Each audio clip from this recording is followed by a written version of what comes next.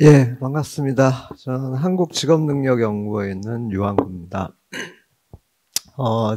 패널 데이터하고 관련해가지고, 제가 그 한국교육개발원에서, 지금 이제 조사가 2020년에 마지막 조사가 끝났는데, 한국교육정단 연구를 제가 설계를 했고요. 그리고 지금 한국직업능력연구원에서 하고 있는 한국교육고용 패널 조사 2기 조사를 제가 직접 설계를 했습니다. 그래서 이 데이터들이 결국은 현대사회에서 이제 가장 필요로 하고 있는 부분들이 뭐냐면은 실태를 파악하는 것보다는 이제 변화를 설명을 해야 되는데, 이 변화를 설명을 하려고 하면은 시계열 재료나 패널 데이터를 분석하지 않으면은 실증적으로 변화를 설명을 할 수가 없고, 그걸 안 하고 하는 건 이제 개인적인 경험에 따라 가지고 자기가 했던 경험을 바탕으로 해서 이제 설명을 할 수밖에 없는 거예요. 예를 들면은 내가 이제 뭐 사법고시 30패스를 해갖고 이제 어떤 자리에 갔어요.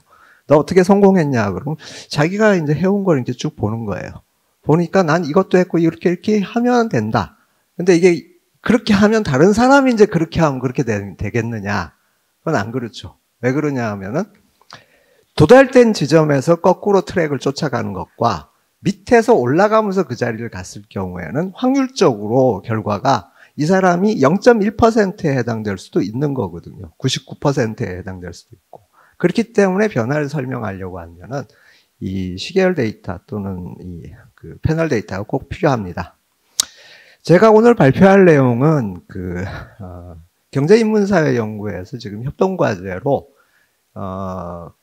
인적자원 관련, 그러니까 학교 교육, 영아기부터 이제 노동시장 진입까지 하는 과정에서 굉장히 많은 패널 조사들이 있는데, 그 패널 조사들의 효율성을 좀 높이기 위해 갖고 이걸 통합조사로 하는 방안을 이제 연구를 하고 있습니다. 그래서 그 부분하고, 그 다음에 우리나라 인적자원 관련해 갖고 행정 데이터들이 상당히 많이 있고 잘 구축되어 있습니다. 이 자료를 활용하는 두 가지 방안에 대해서 이제 말씀을 드리고자 합니다. 그래서 먼저 배경 목적, 두 번째로 아까 말씀드린 패널 조사, 그리고 세 번째는 인적자원 빅데이터 활용, 그리고 네 번째는 이 두 개 자료를 연계시켜서 어떻게 구축할 수 있는가에 대해서 말씀드리겠습니다. 먼저 이제 제가 이 패널 조사 통합하는 부분을 연구를 하는 과정에서 지금 뭐 최근에 인구 구조 변화에 대해서 굉장히 많은 말들이 있는데, 동그라미 쳐놓은 부분들이 거의 인구 절벽에 해당되는 부분이고, 지금 현재 대학교 들어가갖고 학령 인구가 감소하는 부분이 두 번째 동그라미에 해당되는 거고, 더 심각한 게 지금 초등학교 입학생부터 출생아까지의 감소 폭이 굉장히 큽니다. 그럼 이런 문제들을 저 출산 대책 뭐 이렇게 해가지고 출산율 올리겠다라는 정책은 오랫동안 써왔지만 거의 실패를 했고, 적어도 이제 이런 영향들을 좀 줄이려 그러면은 결국은 인적 자원의 역량을 올려가지고 노동 생산성들을 전반적으로 올려갖고 이 사람들이 더 많은 부가가치를 생산할 수 있도록 하면 어느 정도 완화시키는 효과가 있지 않겠느냐라는 이런 생각을 갖고, 특히 이제 학령기부터의 역량 개발의 필요성들을 이제 얘기를 하고 있습니다. 그렇게 하기 위해서는 우리가 데이터 분석들이 필요하다 이렇게 보고 있고, 그러기 위해서 기존에 이제 어떤 성장을 보였는지를 패널 조사를 이제 가지고 이제 분석을 하게 됩니다. 그래서 지금 이제 첫 번째로 제가 이제 아까 말씀드렸듯이 어떤 개인의 패널뿐만 아니라 행정 빅데이터, 지금 우리나라 이제 초중등 행정 데이터는 나이스라는 형태로 돼 있고, 그다음 대학 수학 능력 시험이 있고, 그리고 거의 모든 대학에 대학 전산화된 학사 행정 DB가 있고, 그리고 건강보험이나 고용보험 데이터가 있고, 그러니까 우리가 사는 삶에서 내가 하고 있는, 내가 어떤 하는 행동들 이런 것들이 거의 데이터화 돼가지고 다 저장이 돼 있어요. 우리가 쓸 수가 없을 뿐이지, 개인정보 보호 때문에.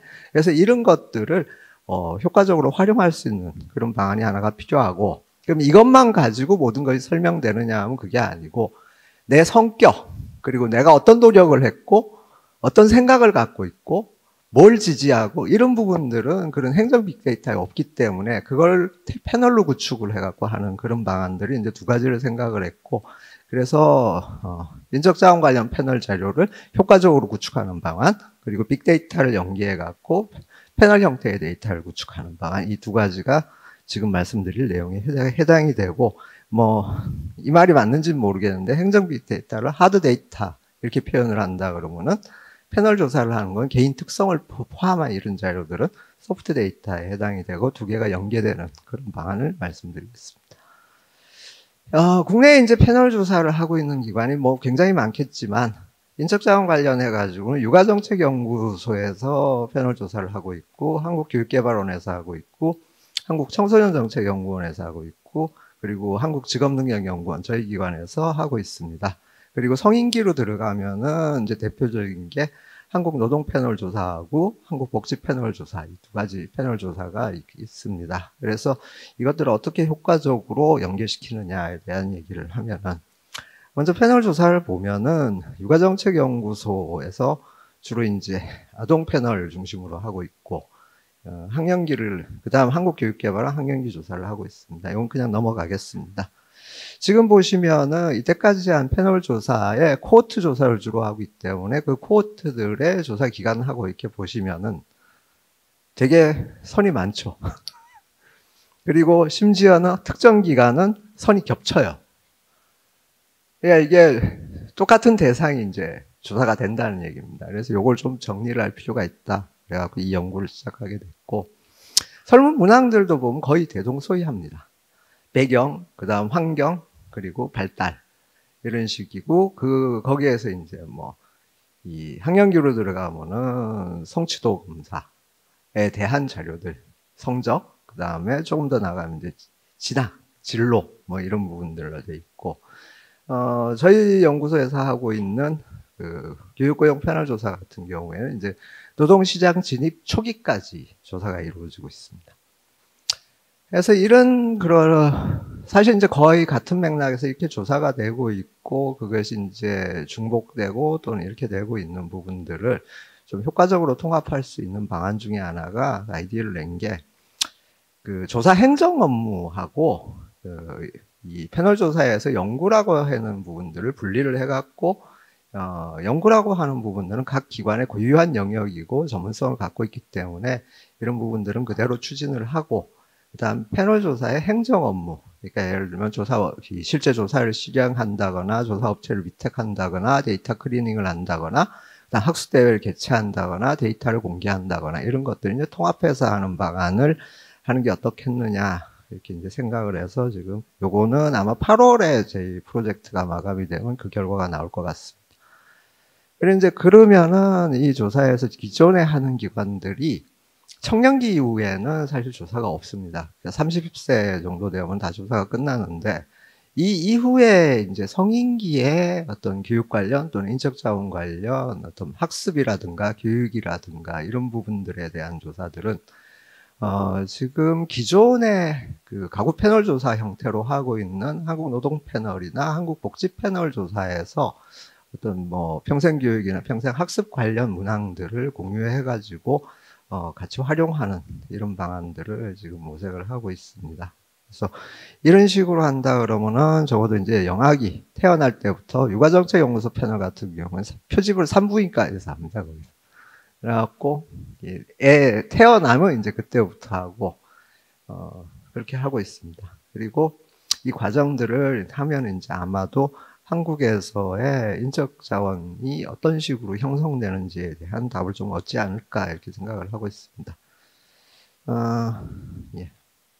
해외 사례 같은 경우에는 지금 이 패널 조사가 미국이 이제 선도적으로 수행을 했는데 최근에는 조금 주춤한 것 같더라고요. 학령기에 대해서는. 아마도 그게 이제 빅데이터, 행정 데이터 기반의 데이터들이 구축이 되면서 어떤 학령기보다는 최근에는 유아기, 아주 이제 어렸을 때에 하는 쪽으로 이제 자료 수집이 이제 집중되고 있고, 독일은 2008년에 국가 패널 계획을 수집을 해갖고, 그 전까지는 패널 조사 거의 없었는데, 대대적인 패널 조사를 하고 있습니다. 이 두 가지 사례를 보면은, NCS 자료 중에서, 제일 유명한 데이터가 하이스쿨 앤 비욘드라고 HSMB라고 하는 1980년에 런칭된 데이터입니다. 이 데이터 분석 결과에 따라 가지고 소위 말하는 학교 효과 연구라는 연구가 아주 대대적으로 확장이 됩니다. 왜 그러냐, 사립학교하고 공립학교의 비교를 했을 때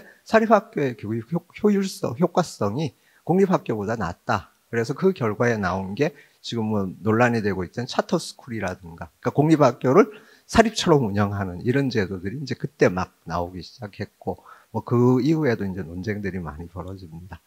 그래서 이런 데이터들이 있고, 최근에는 이제 유아기 조사에 집중하고 있고요. 독일 같은 경우에는 7개 코호트에 대해서 지금 스테이지라고 되어 있는 게 그 연령 코호트입니다. 그래서 나면서부터 그다음 초등학교, 중학교, 정기 중등교육, 후기 중등교육, 대학교, 그리고 성인기까지 해갖고 총 8개 코호트에 대해서 핵심 연구 영역이 6개 영역에 대한 하는데, 이 조사에서 가장 핵심적인 부분은 역량입니다. 그러니까 역량을 측정을 같은 도구를 가지고 역량을 측정을 해서 이제 비교하는 이런 연구를 독일 교육부에서 요거는 하고 있습니다. 그러니까 저희가 지금 모델로 삼고 있는 게 패널 조사 같은 게 이 독일 사례를 이제 모델로 삼고 있습니다. 독일 NEPS라는 독일 조사에서는 역량 조사, 역량 영향력, 역량 형성 이렇게 하고 있고, 그리고 이렇게 패널 조사를 이제 통합을 하게 되면은 적어도 어떤 가장 큰 이점 중에 하나가 뭐냐면, 각각의 조사들이 예를 들면 이제 뭐 정의적 영역에 대해서 자존중감을 측정을 한다. 그러면은 동일한 측정 개념을 갖고 들어가지만 문항이 달라요. 그러면은 두 개를 비교를 직접 못 하게 돼요. 만약 이제 육아정책연구소에서 조사하는 게 뭐 자존중감 조사하는 거하고 청소년연구원에서 조사하는 자존중감이 같은 개념인데 문항이 다르기 때문에 비교가 안 되는데, 통합해서 그걸 논의를 해가지고 그 문항을 통일시켜 준다 그러면 그 직접적인 비교가 되는 이런 장점들이 있습니다. 예. 뭐 그런 얘기들 이제 써놨고요. 그리고 하나가 이제 직접 역량 검사를 직접 할 경우에 우리가 이 학교 성적 시험 쳐가지고 이렇게 하는 것들은 상대적인 동일 연령대에 대해서 상대평가는 가능해도 절대적인 수준에서의 발달을 측정할 수는 없습니다. 근데 미국에서 하고 있는 ELS 2002나 이전의 조사들 같은 경우에는 검사 도구, 그러니까 성취도 검사 도구 자체를, 그러니까 언어하고 수학 같은 두 과목을 치는데 그거를 수직적으로 동등화시켜서, 그러니까 1학년이 친 시험에서 내가 50점 받고 2학년 친 시험에서 60점 받았으면 실질적으로 얘는 10점이 오른, 그런 식으로 이제 이거를 도구를 개발을 해요. 그 도구 개발하는데 한 2년 정도의 시간을 들여가고 개발을 하는데, 그러면 이제 진짜 이게 얼만큼 늘었는지 알 수 있는 그런 방식으로 이제 하고 있습니다.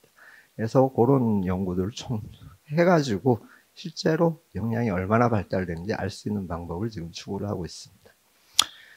다음으로 이제 인적 자원 빅데이터인데, 가장 대표적인 게 이제 교육부의 NEIS고, 이거는 지금 아마 누리과정도 들어가 있을 텐데 초등학교부터 고등학교까지 학교 행정에 관한 모든 데이터가 여기 들어가 있어요. 근데 이게 처음 만들 때 정교조하고 합의를 한 게, 이게 행정적으로만 쓰기로 합의를 하고 한 이후에 이건 이제 건드리지도 못하는 이런 상황이 있어서 앞으로 이제 이거를 좀 활용할 방법을 좀 찾아야 되고, 지금 현재는 이제 그 횡단면적 자료에서 행정 통계를 내는데 주로 쓰고 있습니다.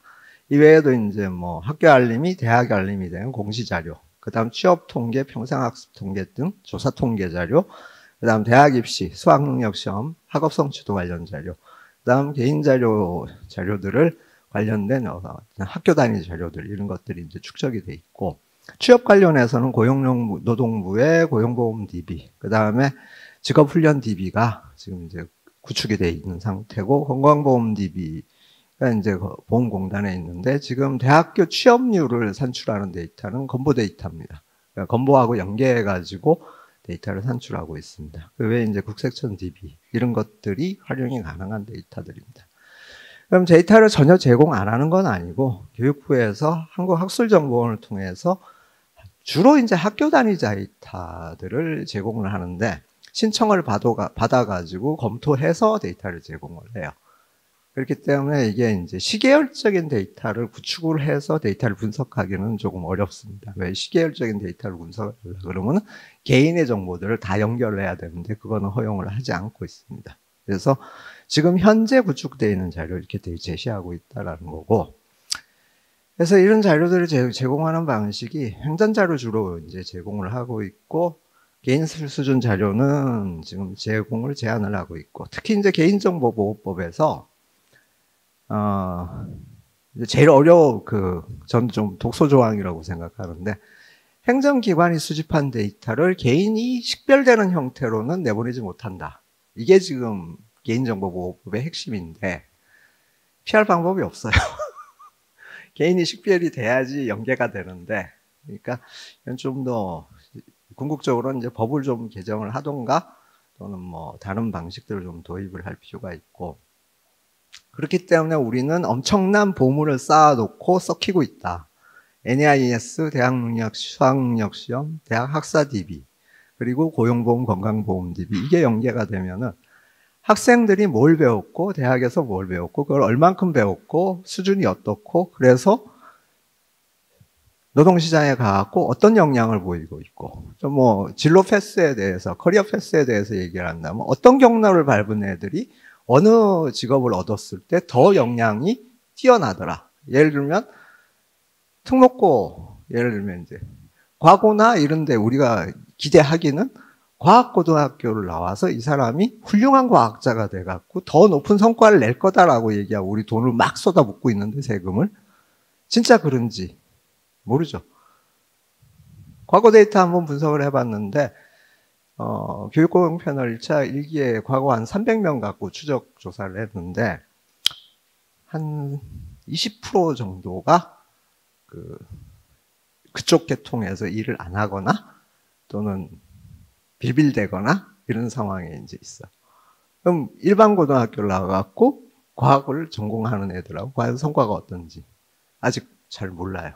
그러니까 그런 데이터들이 이제 바라볼 수 있다. 그러니까 우리가 상식이라고 생각 또는 어떤 선입견을 갖고 했던 정책들에 대해서 실질적으로 이게 맞는 건지를 이제 확인할 수 있다. 이렇게 볼 수가 있습니다.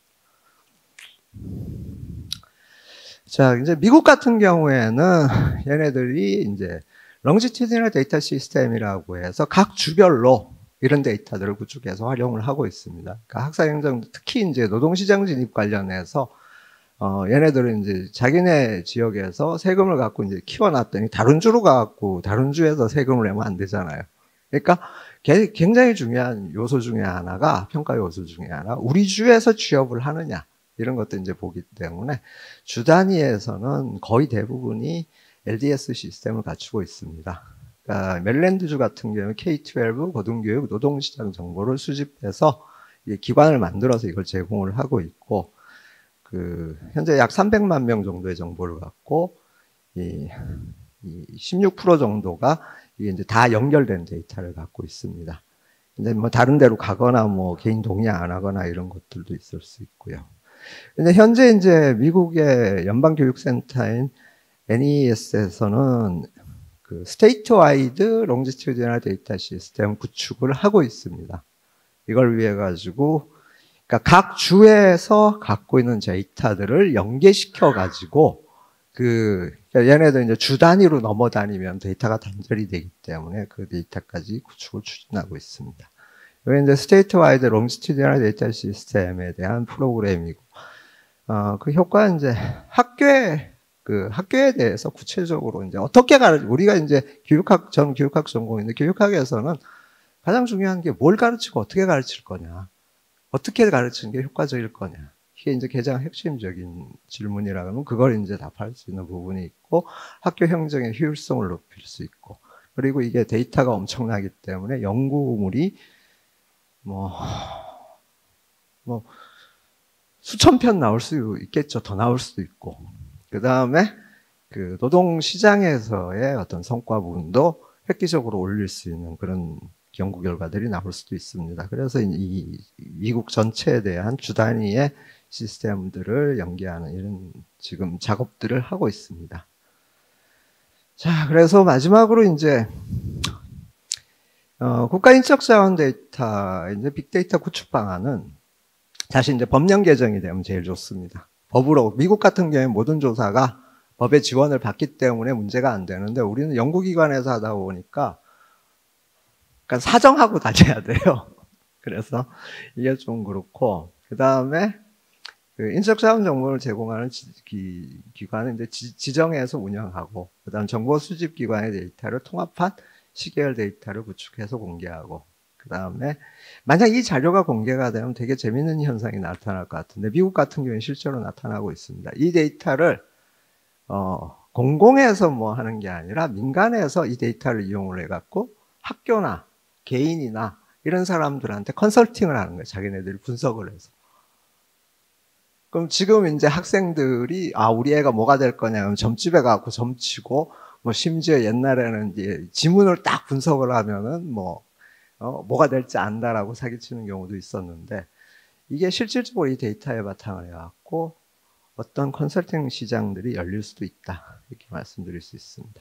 그래서 구축 방안을 말씀드리면은 두 가지로 이제 봅니다. 하드 데이터라고 아까 말씀드렸지만 행정 데이터 기반의 빅데이터를 구축을 하고 그다음 거기 없는 데이터들. 예를 들면은 성격이라든가 그다음에 내가 노력하는 정도, 취향, 동기 이런 것들은 행정 데이터로 수집이 안 되기 때문에 특히 이제 사회경제적 배경 이런 부분들은 안 되기 때문에 이런 것들에 대한 별도의 패널이 이제 두 가지가 서로 보완 관계를 이루면서 데이터가 구축이 된다면은 지금보다 훨씬 더 과학적인 의사결정이 가능할 거라고 보고 있습니다. 이건 이제 그림으로 간단하게 이제 표시한 건데 행정기관 빅데이터 결국 메인스트림이 될 거고 NEICS나 성취도 평가 데이터 그리고 고등교육 단계에서는 대학 학사 DB 그리고 고 넘어간 단계에 대학 수학능력시험 성인기에는 건강보험, 고용보험 그 다음에 HRD넷에 이제 수집되고 있는 훈련 정보 이런 것들을 연계시키고 이거는 이제 보완하는 그러니까 요거는 이제 큰 흐름이기 때문에 이거를 그럼 구체적으로 어떻게 적용할 거냐에 대한 답을 얻으려 그러면은 결국 패널 데이터 분석이 있어야 되는데 영유아기 패널부터 시작해갖고 평생교육 패널까지 이어지는 이 두 가지가 같이 이제 상호 보완적인 관계를 이루는 게 좋지 않겠느냐 이렇게 생각하고 있습니다. 그럼 마지막으로 결국은 우리가 의사결정을 하고 정책 결정을 하고 그 다음에 새로운 방안을 내는 데 있어서 그냥 상상력에 기반해 갖고 할 건지 안 그러면은 그 권력의 힘에 따라 가지고 힘 있는 사람이 말하는 걸 그냥 따라갈 건지 안 그러면은 실증적 데이터에 근거해 가지고 의사결정을 해서 실질적인 효과를 내고 그거를 지속적으로 검증할 건지 이 두 가지 중에 있다고 보고 제가 생각할 때는 후자가 대한민국의 발전이라든가 연구 발전 모든 부분들에 있어서 도움이 될 거라고 생각합니다. 감사합니다.